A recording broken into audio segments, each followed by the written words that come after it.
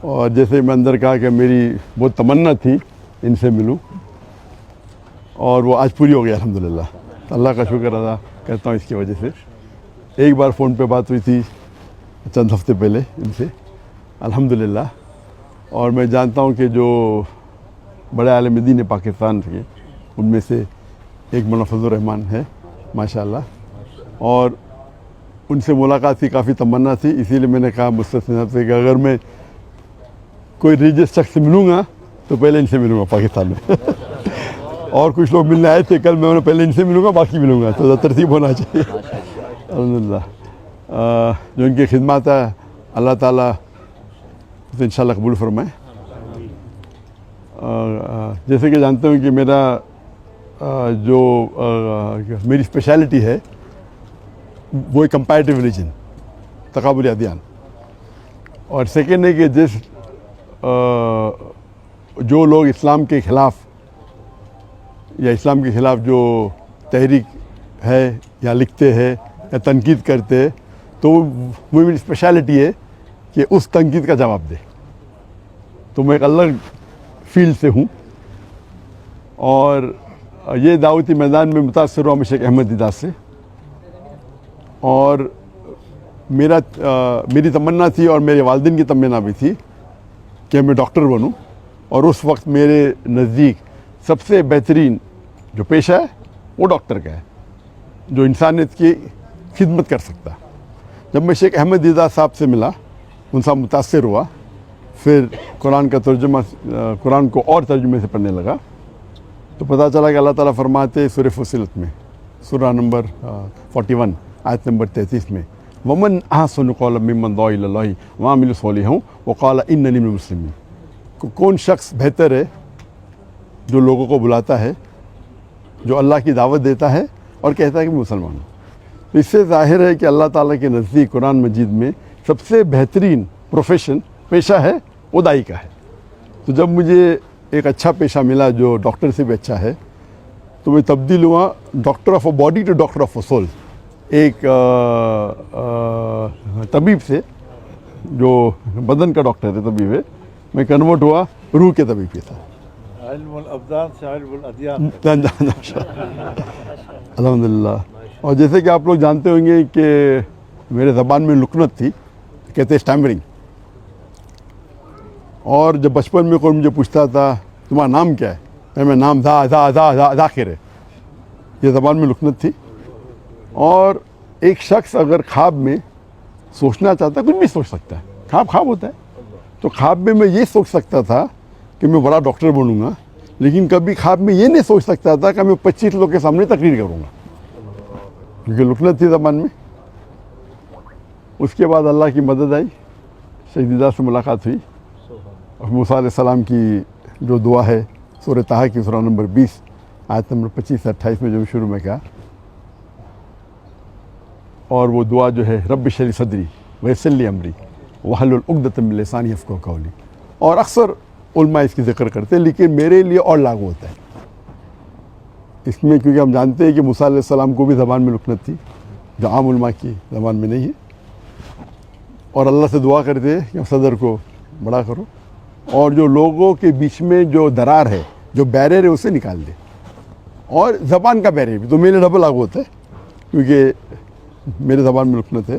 اور اللہ کی مدد سے میں تقریر کرنا شروع کیا، اور اللہ کی فضل سے اللہ نے محبت ڈالی. جو تو میں ناچیز ہوں، میں جانتا ہوں کہ میرے سے زیادہ کروڑوں لوگ جو علم رکھتے اسلام کا اس کے بارے میں، لیکن اللہ نے محبت ڈالی لوگوں کے دل میں میرے لیے. تو یہ ھذا من فضل ربک.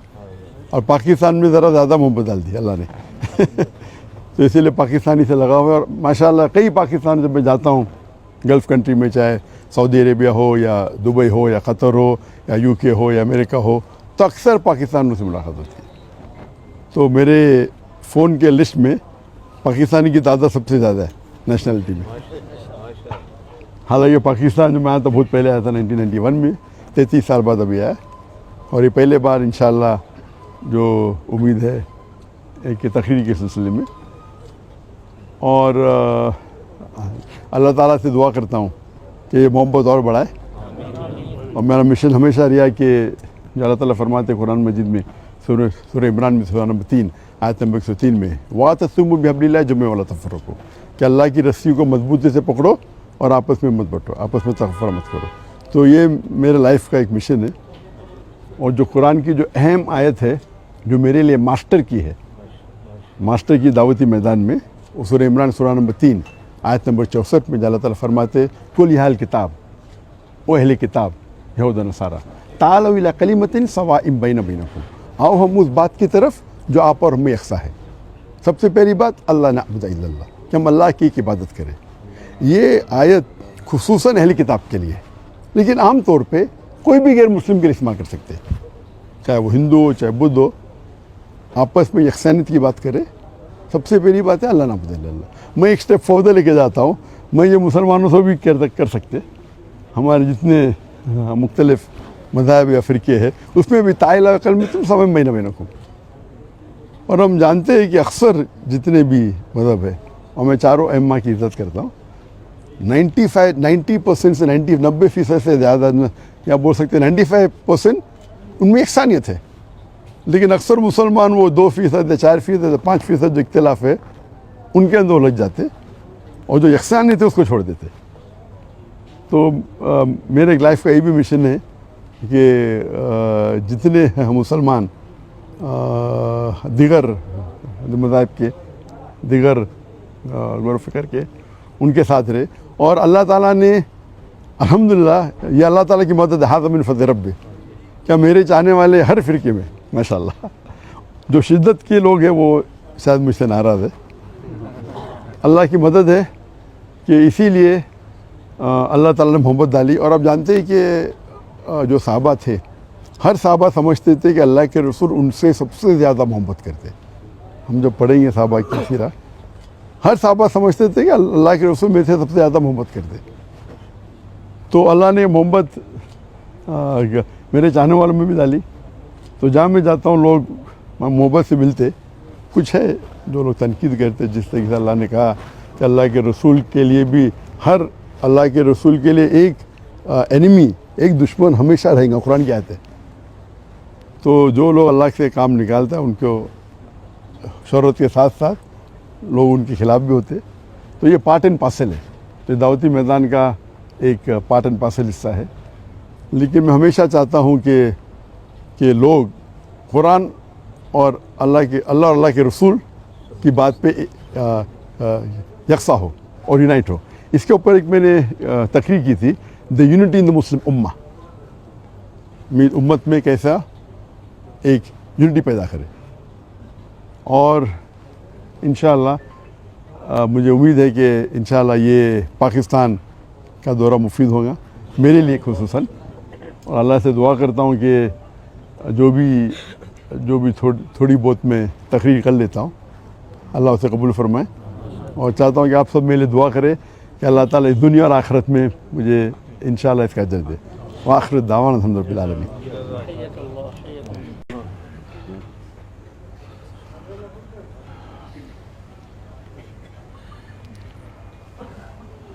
بسم اللہ الرحمن الرحیم وصلی اللہ علی النبی الکریم وعلی آلہ وصحبہ وبارک وسلم.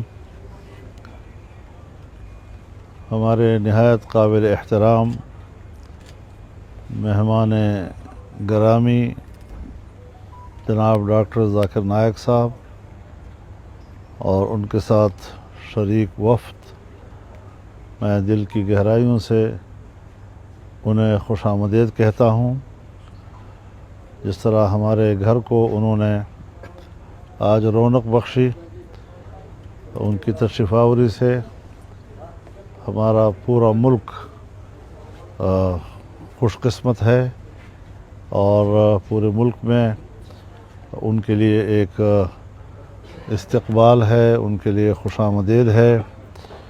اور اللہ تعالیٰ سے دعا ہے کہ اللہ تعالیٰ ان کی یہ تشریف آوری ان کے عزت میں بھی اضافے کا سبب بنے، اور جو مشن ان کے سامنے ہے دین اسلام کی دعوت کا، اس میں مزید اللہ تعالیٰ برکت نصیب فرمائے.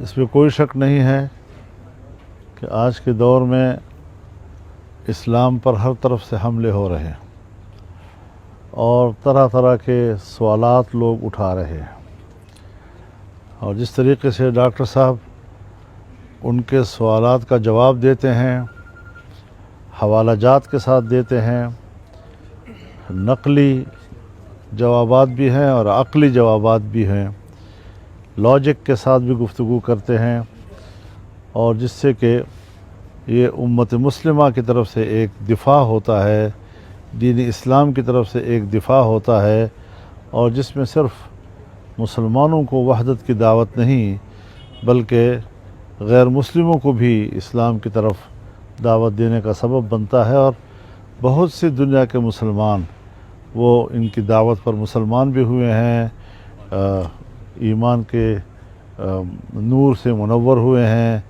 کلمہ شریف ان کو نصیب ہوا ہے۔ تو ظاہر ہے کہ ان کی مشن اور ان کی محنت اور ایک مسلسل جدوجہد کے نتیجے میں اللہ تعالیٰ نے یہ نتائج مرتب کیے ہیں، اور یہ محنت ایک ثمرآور محنت ہے۔ اللہ تعالیٰ ہم سب کو صراط مستقیم پر چلنے کی توفیق بھی عطا فرمائے، استقامت بھی نصیب فرمائے۔ میں دل کی گہرائیوں سے آپ کی طرف سے بھی، پوری جماعت کی طرف سے، جمعیت علماء اسلام پاکستان کی طرف سے، پورے پاکستانی قوم کی طرف سے ان کو خوش آمدید کہتا ہوں دل کی گہرائیوں سے۔ اور وہ یہاں پر مہمان نہیں ہیں، وہ یہاں میزبان ہیں، اور یہ ان کا اپنا گھر ہے، اور ایک اسلامی ماحول اور مسلمانوں کا ماحول ان کو نصیب ہے، تو یقیناً وہ پاکستان میں اپنی موجودگی کو انشاءاللہ سکون کا باعث سمجھیں گے، راحت کا باعث سمجھیں گے، اور اللہ کرے کہ ان کی پاکستان میں موجودگی مسلسل سکون، راحت اور اطمینان کا ذریعہ بنے۔ وآخر دعوانا ان الحمدللہ رب العالمین۔ دعا کر لیتے ہیں پھر جی سارے۔ مولانا حسن محمود صاحب ذرا آگے تشریف لیں۔ مولانا